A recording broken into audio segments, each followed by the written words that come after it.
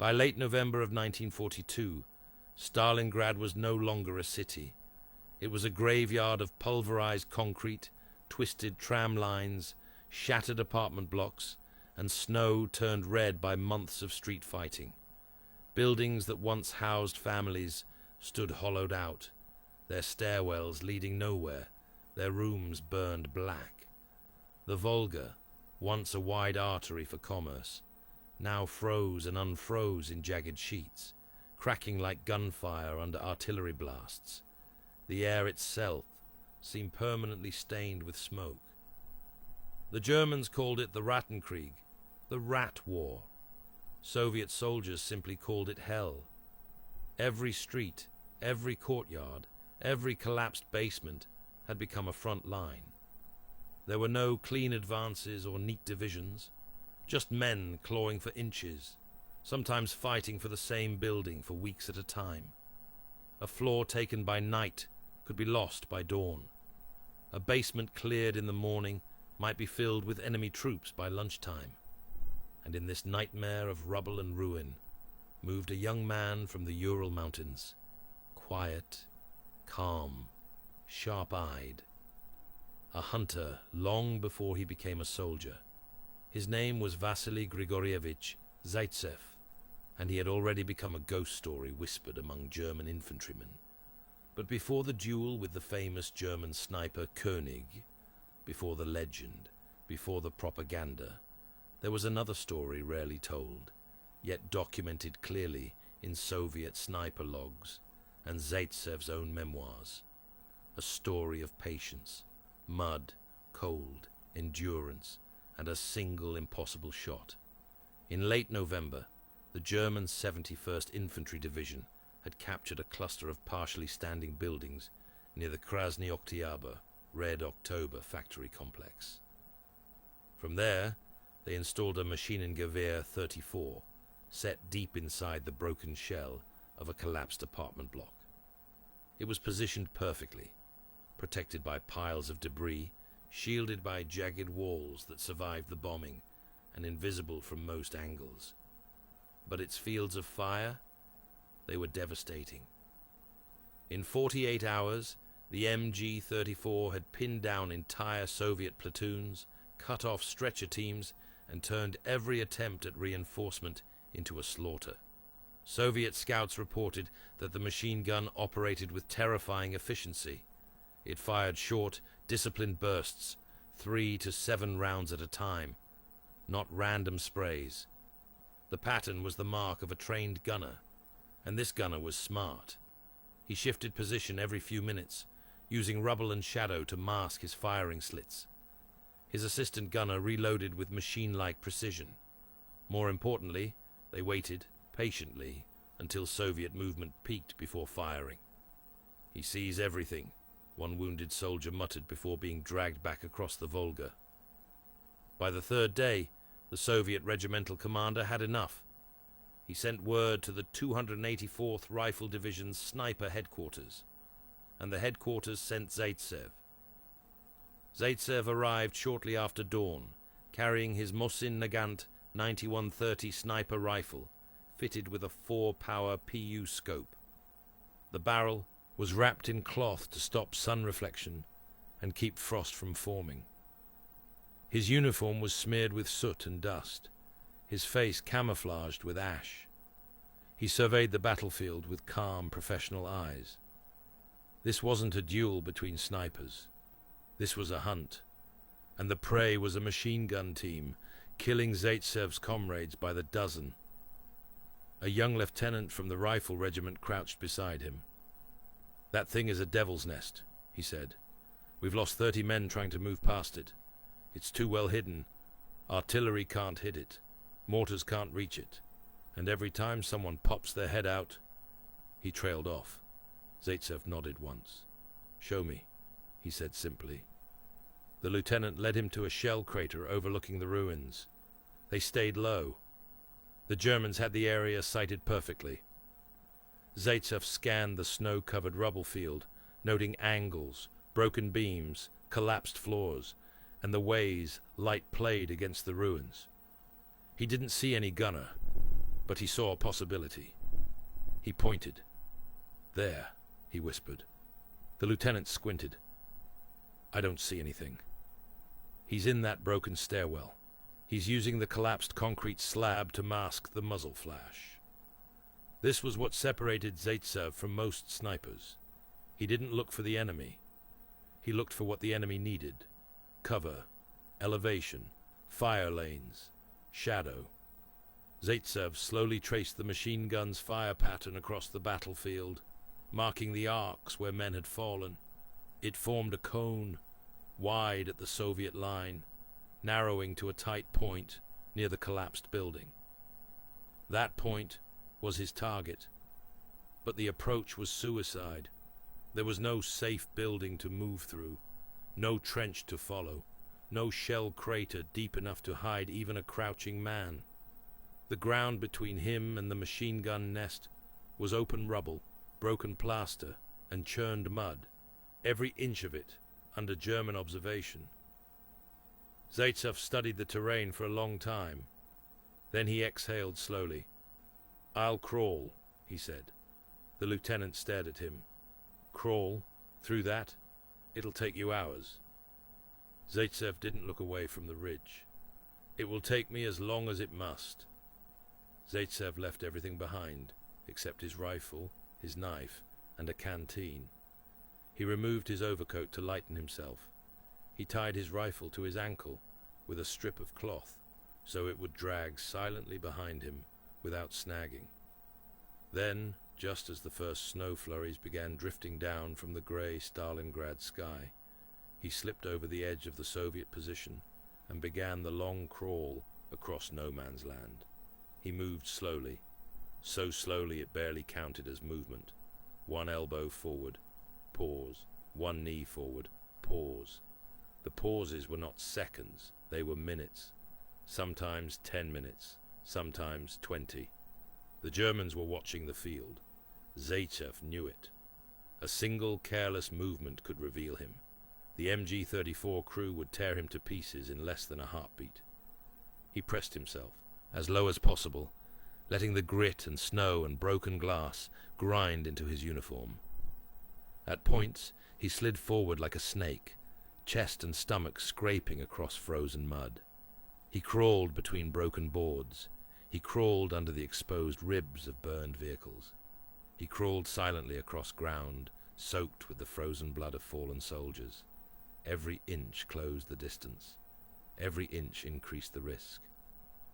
After an hour, the cold set into his bones. After 2 hours, he couldn't feel his fingertips. After 3, his elbows bled from scraping against rubble. By hour 5, the snow was falling steadily.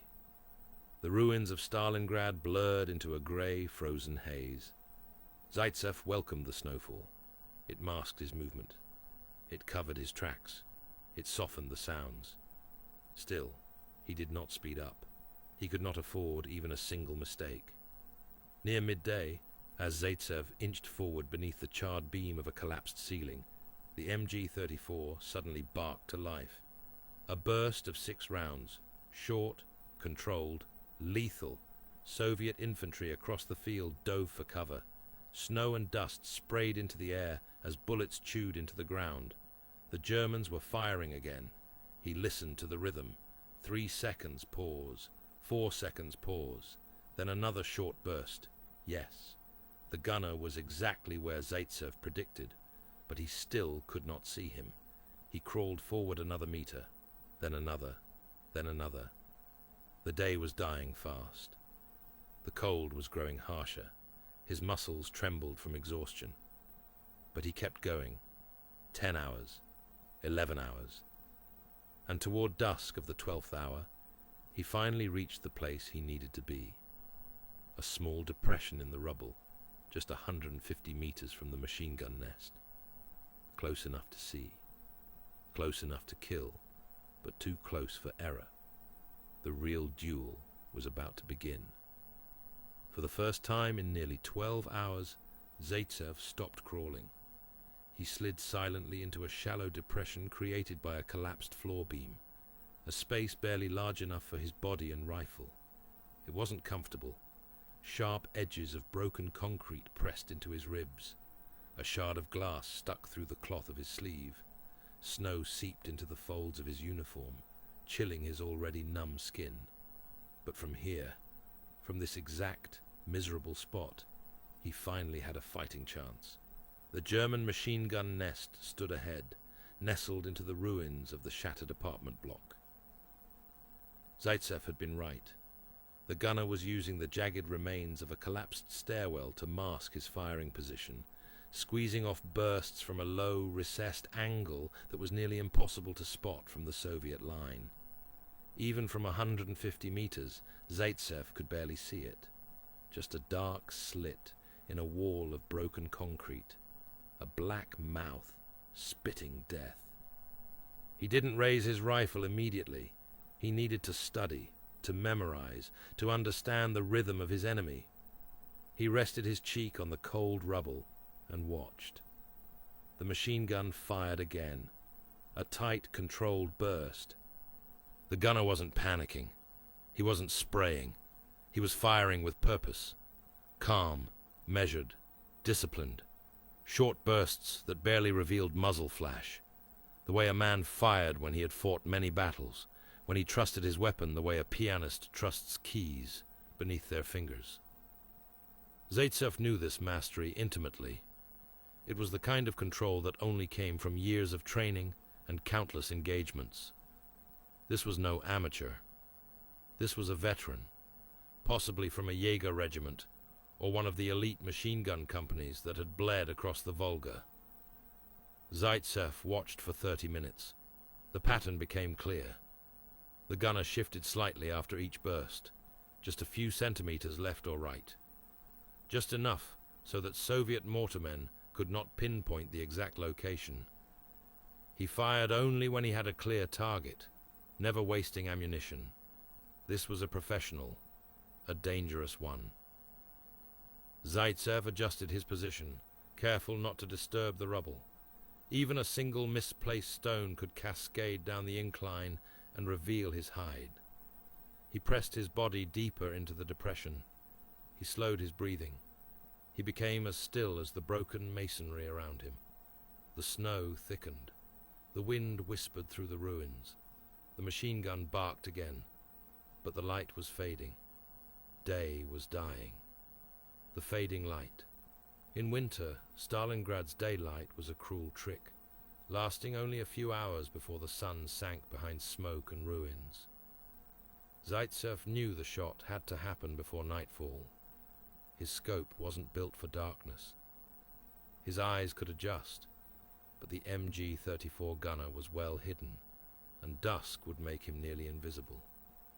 He gently lifted the rifle into position. The Mosin Nagant 9130 felt alive, its worn stock fitting perfectly against his shoulder, as familiar to him as the hunting rifles he'd used since childhood. The PU scope's 4x magnification wasn't much, but it was enough if he could see the slightest movement. He studied the nest. Nothing but darkness. He shifted slightly to the left, then to the right, searching for a glimmer. Metal reflecting sunlight, eyes blinking, a shadow moving. Nothing. He lowered the rifle and waited. A sniper knows the truth. The battlefield rewards those who wait the longest. Minutes stretched into an hour. Zaytsev did not move. He barely blinked. His fingers, numb from cold and exhaustion, curled around the rifle stock. He kept the safety off. He could not afford even the slight sound of disengaging it later. A distant explosion from artillery shook dust from the beam above him. He ignored it. A Soviet soldier shouted somewhere behind the lines. He ignored it. He focused only on the dark slit. The MG-34 fired again, then again. But still, the gunner never exposed himself enough. Zaytsev began looking for something else. Not the man, but what the man needed. Ammunition. The gunner had been firing for hours. He would have to reload soon. And reloading meant passing an ammo, belt, leaning slightly, and shifting posture. Shifting. Just enough. Zaytsev waited. The cold crept deeper into his bones. His elbows throbbed from the crawl. His face burned from wind and frost. He whispered to himself, "Just a little longer." As the sun dipped lower, casting long shadows across the ruins, something in the stairwell slit changed. It was tiny, hardly noticeable, but Zaytsev saw it. A shape, a faint momentary interruption in the pattern of darkness inside the nest. Not a hand, not a face, just motion, so slight that anyone else would have dismissed it as shifting shadow. But shadows don't move like that. A man does. Zaytsev slowly raised his rifle. He aligned the crosshairs with the dark slit. Nothing visible, nothing clear. The shot would have to be predictive, instinctual, timing, not visuals. The gunner fired again. Then, for the first time all day, the burst was longer. Maybe the gunner was getting tired. Maybe he was losing discipline. Maybe he sensed Soviet movement. The longer burst meant something. It meant he was about to reload. Zaytsev brought his cheek tighter against the stock. He steadied his breathing. He pressed his elbow deeper into the mud. He settled into the shot. A breeze slipped through the ruins. Snowflakes danced sideways, drifting across Zaytsev's field of view. The wind would push the bullet slightly left at this distance. He adjusted, just a hair, then waited. The machine gun went silent. Now, the gunner leaned, just barely, a shadow within shadow. But Zaytsev saw it. The final piece of the puzzle clicked into place. He squeezed the trigger. The shot cracked through the ruins, a sharp, whip-like sound, swallowed instantly by the city's broken acoustics. For half a second, there was nothing. Then movement. A body slumped forward in the black slit. The gun barrel dropped. The firing stopped. The machine gun nest was silent. Zaytsev kept his scope trained. Snipers always confirm. 10 seconds. 20 seconds. Not a flicker. He exhaled slowly. The shot had landed. Behind the nest, deeper inside the ruin, he saw another movement. Something softer, smoother, almost serpentine. The assistant gunner. He wasn't returning fire. He was dragging his comrade deeper into the rubble, perhaps out of reflex or shock. Zaytsev lined up again. He waited, watched, listened. The assistant gunner froze, realizing perhaps that death was staring at him through a scope. He ducked back into the darkness. Zaytsev did not fire. If he shot into darkness, he'd risk revealing his muzzle flash and losing his concealment. He whispered, "You can drag him, but you cannot fire that gun again." The machine gun nest was dead, but its ghosts were still moving, and the Germans knew the shot had come from somewhere they hadn't expected. Zaytsev sensed it instinctively. A counter-sniper would soon be coming for him. His hardest challenge had just begun. Behind the nest, deeper inside the ruin, he saw another movement. Something softer, smoother, almost serpentine. The assistant gunner. He wasn't returning fire. He was dragging his comrade deeper into the rubble, perhaps out of reflex or shock. Zaytsev lined up again. He waited, watched, listened. The assistant gunner froze, realizing perhaps that death was staring at him through a scope. He ducked back into the darkness. Zaytsev did not fire. If he shot into darkness, he'd risk revealing his muzzle flash and losing his concealment. He whispered, "You can drag him, but you cannot fire that gun again." The machine gun nest was dead, but its ghosts were still moving, and the Germans knew the shot had come from somewhere they hadn't expected. Zaytsev sensed it instinctively. A counter-sniper would soon be coming for him. His hardest challenge had just begun. Zaytsev lowered his rifle only enough to blink and stretch the frost from his eyelashes. He had been lying in the depression for hours, unmoving except for the shot itself. Blood barely circulated in his arms. His fingers felt thick, as if wrapped in layers of felt, The cold gnawed at him like an animal. He pushed his discomfort aside. He slowly shifted his viewpoint, scanning the edges of the ruin, not the machine gun nest, but everything around it. Snipers never occupy the position of the man they replace. They select a new angle, a new shadow, a new vantage. Zaytsev studied cracked windows and split walls. He watched for unnatural shapes, straight lines in nature, dark voids where stone should catch the light, slight changes in texture that could reveal a uniform instead of rubble. Nothing. He moved his scope upward, slowly, patiently. A half-destroyed chimney, a collapsed rooftop, pillars of concrete standing like jagged teeth. Then, there, something shifted, a subtle flicker, a disturbance in dust. It came from a blackened gap between two crumbled floors, an opening too narrow for a rifle, but just wide enough for a pair of watchful eyes. Zaytsev's pupils narrowed. That was no accident. The enemy was watching him. He held still, perfectly still. Sniper duels begin long before the first bullet is fired. They begin with patience, invisible movement, soundless breathing, a contest of wills in which the slightest twitch can end a life. Then, from that shadowed gap, a flash, small, brief, unmistakable, muzzle flash. Zaytsev's cheek stung as a bullet tore across the rubble, shaving stone just inches from his head. Tiny shards peppered his skin, cutting into the dried mud and grime on his face. He did not flinch, not even a blink. He breathed out slowly, letting the pain wash across him without reaction. The German had made the first move, a dangerous one, revealing his general direction. Zaytsev understood two things immediately. One, the sniper was good, very good. Two, he was probing, not committing, testing the wind, the angle, Zaytsev's reaction. Time. Zaytsev remained motionless. A lesser sniper would dive for cover. A trained sniper would roll away.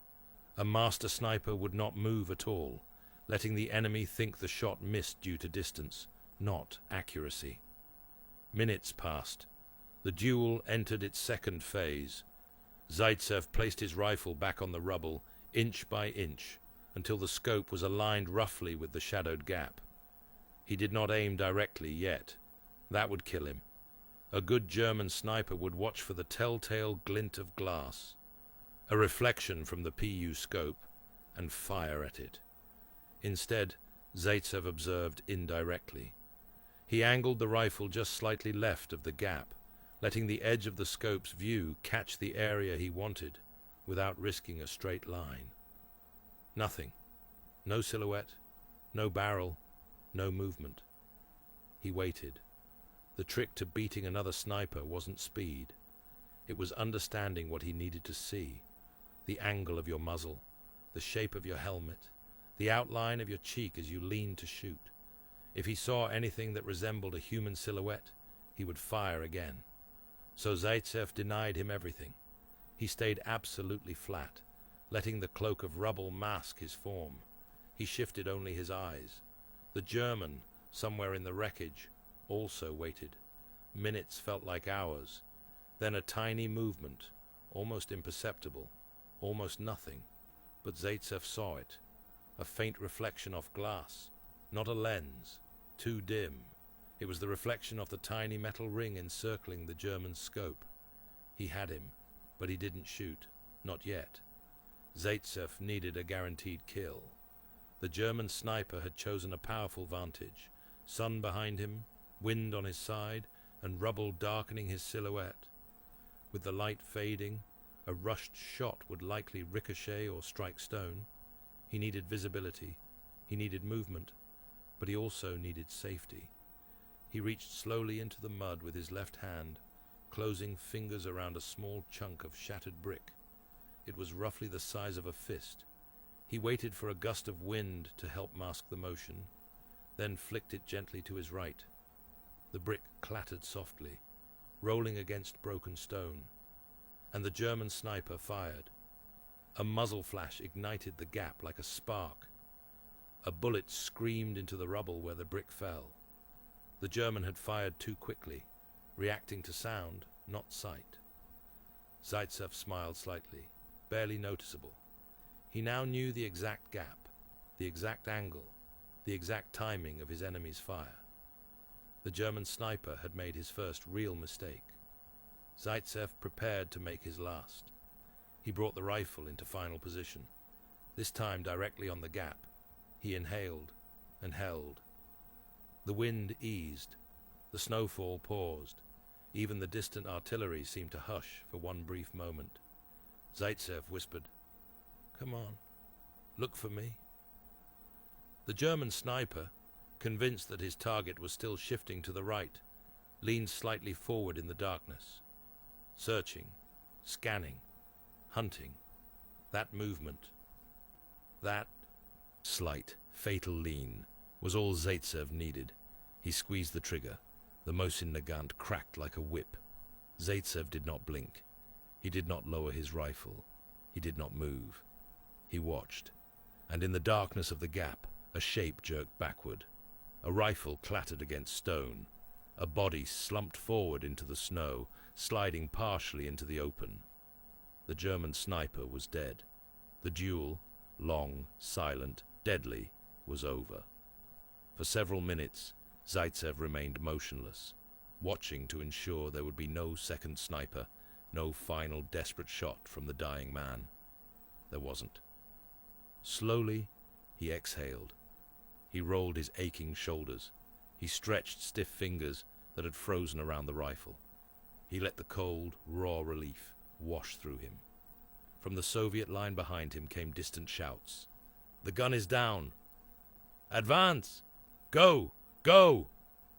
Infantry surged forward, moving across ground that had been a killing field for days. Medics raced to retrieve wounded comrades who had been pinned down since morning.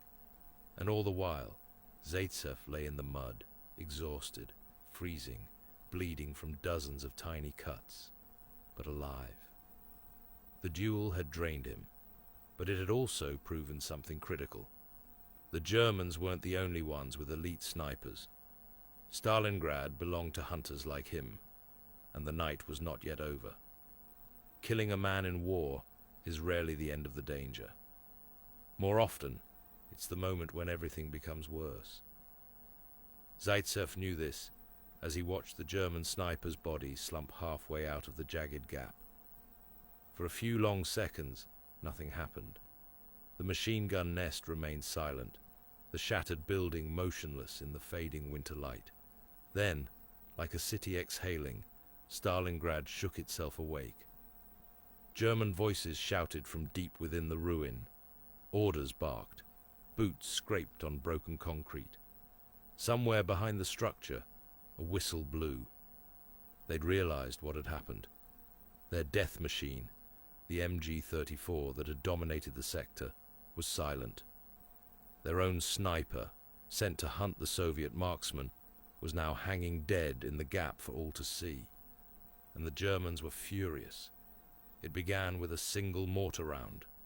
It landed 50 meters to Zaytsev's left, throwing snow, stone, and frozen earth into the air. The blast wave punched through his shallow depression, rattling his bones and peppering his face with debris. He ducked instinctively, pressing himself deeper into the ground. The second shell fell closer, then a third, then a fourth. They weren't aiming at him precisely. They didn't know exactly where he was, but they knew the direction.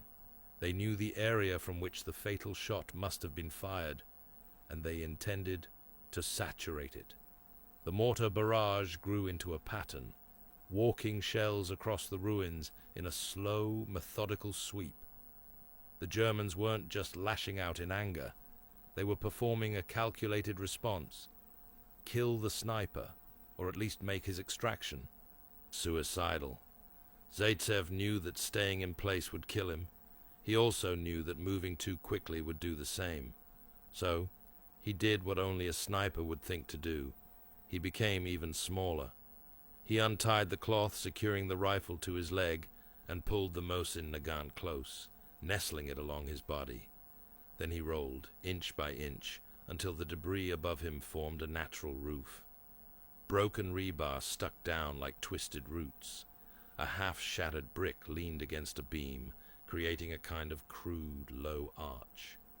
He slid beneath it, chest scraping stone, breath slow and controlled. He stopped when he could barely lift his head. Here, he would be harder to spot, even if the Germans sent infantry to sweep the area. Mortar fire continued to pound the field. Another shell hit so close that the pressure wave punched the air from his lungs. Dust filled his mouth. For a few terrifying seconds, he couldn't breathe. He forced himself not to cough, not to choke, not to move. Slowly, he inhaled again, then exhaled through clenched teeth. This was not the first time he'd been shelled, but rarely had he been this exposed, this deep in front of his own lines, with no one to cover him. He had crawled 12 hours to get here, maybe more. Now he had to crawl all of that again to return. Over the roar of explosions, Zaytsev heard a different sound, one that turned his cold exhaustion into something like grim satisfaction. The sound of Soviet voices, shouts of "Ura!" clawing their way up through the smoke. His shot had done its work. With the machine gun nest silenced and the German sniper dead, Soviet infantry were moving forward. Their boots crunched over debris. Submachine guns fired in short bursts. Grenades thumped into ruined rooms and detonated with dull, concussive whomps. The assault was on. He could just make out figures darting between wreckage, dark shapes against the snow. They dove into craters, pressed against walls, climbed through windows that no longer had glass. Flames flickered as Molotov cocktails and explosives went into lower-level openings. The building that had once housed the German machine gun was now a target. Artillery, however, was indifferent to sides. Shell fragments and falling stone didn't care whether a man spoke Russian or German. And Zaytsev was still stuck between both lines. He needed to move before one side or the other buried him alive. Snipers sometimes stay in position after a shot until the battle has clearly shifted. Other times they withdraw immediately, using the confusion of combat to slip away unnoticed. Here, Zaytsev chose a middle path. He waited until he heard the first Soviet soldiers yelling from inside the building itself. Short, brutal cries, punctuated by gunshots and the muffled screams of surprised German defenders. Only then did he begin his crawl back. He did not rise, he did not crouch, he did not do anything that would create a silhouette. He slid backward the same way he had advanced, dragging himself through the frozen mud and rubble with the same painstaking slowness. Every inch was deliberate. Mortar shelling had shifted, now impacting deeper within the Soviet-held area and behind German fallback lines. The immediate front grew quieter. Rifle shots cracked inside the ruins where close-quarters fighting raged. Zaytsev used that noise as his cover. Each time an explosion sounded, he moved. Each time it went quiet, he froze. He avoided his own previous crawl path as much as he could. The Germans might have registered depressions in the snow or broken debris. Instead, he cut a shallow diagonal, using newly formed craters as temporary cover. The journey back was not a straight line. It was a jagged, agonizing S-curve through hell. Halfway back, he encountered something that made him stop. Ahead of him, maybe 20 meters away, lay a Soviet soldier. Young, barely more than a boy. His coat was torn, and crimson stained the snow beneath him. His leg was twisted unnaturally. His rifle lay at an angle, half buried. He was alive. Zaytsev could see the man's breath steaming faintly in the cold. His eyes moved occasionally, unfocused, blinking against the falling snow. He had been lying there since before Zaytsev's crawl began, pinned down by the machine gun. unable to move, bleeding out a few dozen meters from safety. Zaytsev's instincts, honed on the harsh slopes of the Urals, told him one thing. If he tried to help, he would likely die. If he didn't, the soldier almost certainly would. He scanned the German positions. Few muzzles pointed their way now. Most defenders were either dead, retreating, or engaged in close combat with advancing Soviet troops. The risk had changed. Zaytsev made his decision. He crawled toward the wounded man. The soldier's eyes widened as Zaytsev approached. You're the sniper," the young man whispered, voice cracking. Zaytsev nodded once. "Be quiet. Save your strength." The soldier tried to speak again, but his voice broke into a cough. Blood flecked his lips. Zaytsev checked the leg. It was bad. Shattered bone, deep shrapnel wounds. Moving him would be excruciating, but there was no time for splints. "Listen to me," Zaytsev said softly. "You're going home. You understand? You don't die here." The young man nodded, tears mixing with snow. Zaytsev slung his rifle across his back, muzzle down to avoid snow choking the barrel. Then he crawled behind the wounded soldier, hooked his arms under the man's armpits, and began dragging him backward across the rubble field. It was slow, so much slower than moving alone. Every rock caught on cloth. Every sharp edge tore skin. The wounded man gritted his teeth, muffling groans that threatened to betray them. "Breathe," Zaytsev whispered. "Just breathe. Don't shout. Don't move on your own." They moved a meter, then 2, then 5. Bullets snapped overhead as a final. German squad attempted to fall back under fire. A stray round punched into the rubble nearby, showering them both with dust. Zaytsev lowered his head, shielding the wounded man's face with his own body. They kept moving, slowly, endlessly. The sniper who had spent 12 hours crawling forward to take one shot now spent an eternity dragging another man to safety. After what felt like another lifetime, shapes emerged through the smoke ahead. Soviet helmets, rifles, faces streaked with dirt and exhaust. A voice shouted, "Sniper! It's Zaytsev! He's got one of ours! Get them in!" Hands reached out. They lifted the wounded man from Zaytsev's grip, hauling him toward a makeshift aid station behind a shattered wall. A medic shouted orders. Bandages appeared, morphine, tourniquets. The young soldier looked back once, eyes heavy but awake. Zaytsev nodded. "You're safe now," he said quietly. Only then did he allow himself to feel the weight in his own limbs, the grinding ache in his elbows and knees, the burning in his eyes. He rolled onto his back and stared up at the grey Stalingrad sky. Snowflakes drifted down, melting on his face. A few minutes later, the regimental commander approached. "You neutralized their gun," the officer said, "and their sniper. The battalion has taken the building. You may have saved 100 men." Zaytsev shrugged slightly, still breathing hard. "That was my job," he replied. The commander looked at the wreckage. "No," he said, "crawling 12 hours through mud and snow for one shot. That's more than a job." Zaytsev sat up slowly, gripping his rifle. "It was one shot they couldn't afford to stop," he said, "and one life we couldn't afford to lose." He glanced toward the aid station, where the wounded soldier now lay under a blanket, alive. The commander followed his gaze and nodded. "There will be more like this," he said. "More nests, more snipers, more days like today." Zaytsev rose to his feet, joints protesting, muscles trembling. "I know," he said simply. "I'll be ready."